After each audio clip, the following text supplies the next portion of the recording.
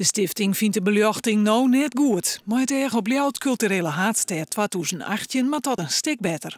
Nou, de binnenstad kan beter verlicht worden, want we hebben prachtige historische panden. Heel veel oude grachtenpanden, heel veel winkelpanden die een ontzettend mooie gevel hebben. En als je die gevel goed aanlegt, zoals je vanavond ook het voorbeeld hebt kunnen zien, dan krijg je gewoon een hele mooie uitstraling voor de stad. Dat trekt meer bezoekers en dat trekt waarschijnlijk ook meer klanten uiteindelijk voor ons als ondernemers. Het Ljouwerterrietslid Wiep Verdema moet de app testen. Hij is enthousiast. Nou ja, ik heb het net gekregen. Dus terwijl de presentatie was, zei hij van dan moet je dat adres intikken.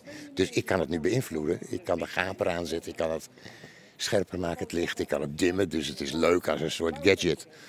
Dus ik was zelf wel een beetje verrast dat dat op zo'n telefoon allemaal kan. En wie ben ik nu dat ik dat mag besturen? Hè?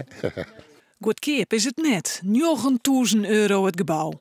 De stichting hoopt dat geld bij elkaar te brengen met hulp van de gemeente, ondernemers en de organisatie van Culturele Haardstad.